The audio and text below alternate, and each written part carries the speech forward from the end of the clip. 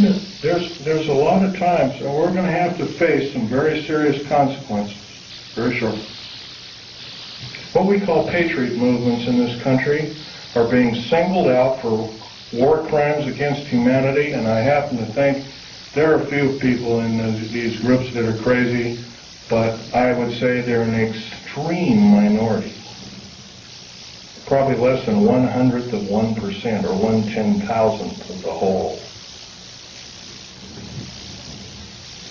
Janet Reno has us believing that all of the people that are in patriot groups are responsible for inflaming the populace, for doing other crimes against humanity, like killing children, innocent children, regardless of race.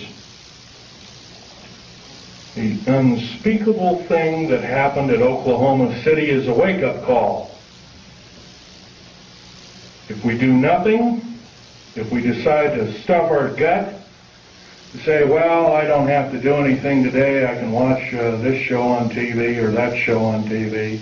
I don't have to talk about, I'll let Phil Schneider or Al Bielek or some other person talk, Bo Greitz or some other person talk about it. Let them do it. If we act this way, folks, we're not going to be around very long. If you got rights out there, you might as well start enjoying them like you've never enjoyed them before, because pretty soon we're not going to have them. You got the wonderful freedom of movement. Driving down the road, you don't have to show your ID, but slowly that's changing. There's legislation right now in the United States Congress that any person that has worked for the federal government has to have special identification. It's illegal. It's an outrage. And I've already drawn the line, stamped and put my foot down, and I say, enough is enough. I've had enough. And I think we can do better. I know we can do better. So I'm asking you, out of this entire group, how many 100 people there are, 150 or so? 5 of us. 5 small people gathered together and start preaching the good things about America to whatever group size it is, as long as it's more than yourself. Try a group of, say, 10 or 15. I think most of us have 10 or 15 people we know, friends, whatnot.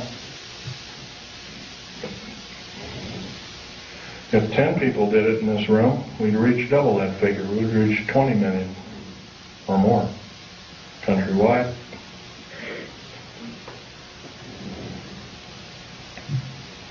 What do we have to do? We have to stockpile weapons and all these other kinds of things. Trouble is with revolutions, they always end up killing the wrong people. Unfortunately, it's starting to look like that might have to be the only scenario to get these parasites off our back. And I'm telling you, folks, they are parasites of the first water. They're only out for their own self-gain. And by they, I'm talking about your government officials. Not all of them. There are some that are good. There are some that are honest. There are some that are forthright, that love God, that love the Constitution and the Bill of Rights, and other wonderful works by our founding fathers. But they're few and far between. In the House of Representatives in the United States Senate, there is not one politician that is not an attorney. There is something wrong there, folks. During Abraham Lincoln's time, I know that's a long time ago, 130 years ago, roughly, it was an honor beyond medals and glory to serve in the United States Senate or in the House of Representatives. And there was actually only about 8 total senators and House of Representatives people that were attorneys. The rest of them were common folk like you and like me. But we've been led down the wrong path, folks. If we sit here and do nothing, we're not going to have any freedom. And it's not going to take very long. at this rate of speed and the way things are going, what's going to be the next scenario? Is it going to be another bombing somewhere? First it was a Trade Center bombing in New York City. Then it was middle, homegrown America killing children and innocent people on their way to work, whatnot. Elderly people in Social Security office and whatnot. How come the AARP isn't talking about the 61 older people that bit the dust in the Social Security office and the other federal government that was seeking? Some were in the Internal Revenue Service and other kinds of... By the way, that's another thing. The IRS, there's nothing legal about the IRS at all. By the way, do you realize, I was reading the Oregonian newspaper 10 days ago. President Clinton has authorized the U.S. Mint to print the new money. They've already printed about $3 billion of it. You travel overseas, you get this pink-looking thing with a picture of a president on it, and a similar thing that the insignia is a little off-center, done that way. On either side of this bill is a UPC stripe. No, sir. I don't believe in having the mark in my hand or in my forehead like the Bible taught me. But it's coming, folks, if we do nothing. It's coming as sure as I'm standing here telling it to you. And it's probably going to be here in less than 2 years if we do nothing. And this is I'm actually downplaying it. It could be a lot sooner. Federal government right now, with their high tech, has invented an earthquake device. I have reason to believe that the earthquake in Kobe, Japan, by the way, I'm a geologist, I know exactly what I'm talking about. There was no pulse in the pulse wave. There's supposed to be a pulse wave in any earthquake. There was none in the Kobe, Japan earthquake. None. In 1989, in and around San Francisco, there was an earthquake. There was no pulse or pulse wave. That is a Tesla device. Nikola Tesla invented it, and he did it not out of evil, but he was trying to make a device that could be accurately used for construction and building of buildings and that kind of thing. It's been taken for evil, though, guaranteed. I want you to know that the black budget programs throughout these United States have subverted science as we know it. What's AIDS, for instance? I'll tell you what AIDS is.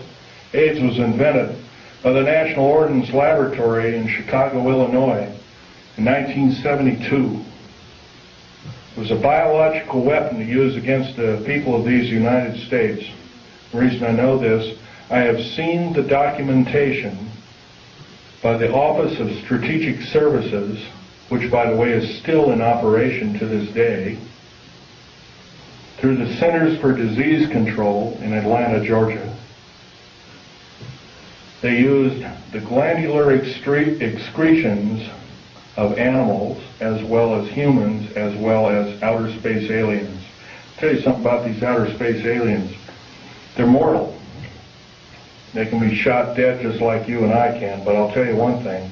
They're bad news in the worst order. We have absolutely no defense against their germs. None. They're a biological weapon of terrible consequence. I advocate that every alien on this planet, good or bad, if they're good or bad, they have to be isolated. They are a biological weapon. Saddam Hussein and other people have killed 3.5 million Kurdish people with a similar biological weapon. Do we, the people of this planet, deserve this? No, we don't. but we're not doing anything about it. And every moment that we waste, every moment that we don't blurt out and we say we've had enough, that we deserve better, that we're going to get better,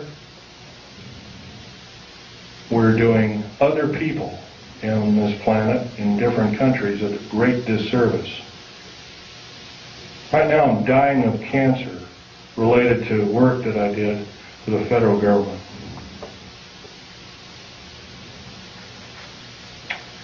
I might live 6 months, I might not. I don't know. I'll tell you one thing. If I keep speaking out the way I am, maybe God will give me the life to talk my head off. I will break every law that it takes to talk my head off. I love my country and its people more than my life. 11 of my best friends in the last 22 years have been murdered. 8 of them called suicide. I finally got wind of one of them. Portland police is now involved in one of them.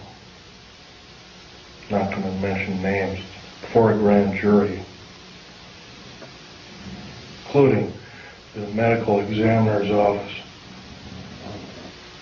Murder by suicide, they call it. My friend Ronald Lee Rummel was an Air Force officer. He's a Silver Star winner. He's a patriot.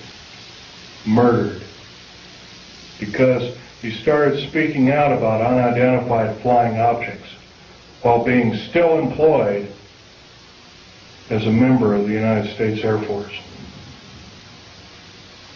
How was he murdered? He was drugged. His jaw was broken open.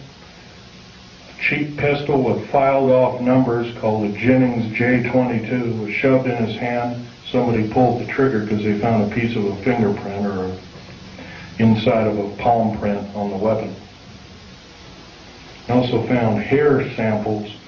Somebody quickly putting the bullets into the clip. That man saved my life. That man had a family of 5 children. That man was a great person. There's a good chance that when I fly back to Vegas, I have to drive home. I left my car down in Vegas. I have to drive home alone. I'm scared to hell. Before I went to talk in Las Vegas, Nevada, I drove a friend of mine, a disabled friend of mine, down to Joshua Tree. And 29 Palms is next to Joshua Tree, and I went to see a dying veteran, disabled veteran friend of mine also. Kind of an acquaintance friend. I don't see him very often. Can hardly talk. He's got throat cancer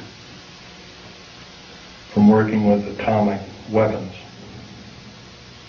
Federal government didn't want to pay for it, so he married a nurse whose father has donated enough money to keep him alive for a little longer. Well, after seeing these 2 people, I drove up over the mountains. I had to drive around the mountains and up into them to get to Needles, California. It was followed by 2 government vans, E350 vans with G14 plates, each with a couple of occupants apiece. One had an Uzi. Ready, he was loading it, because I could see it through one of the windows. They zoomed by. I knew exactly what they were. I've already spoken out. I've spoken in 19 talks to present. I've probably reached 45,000 people.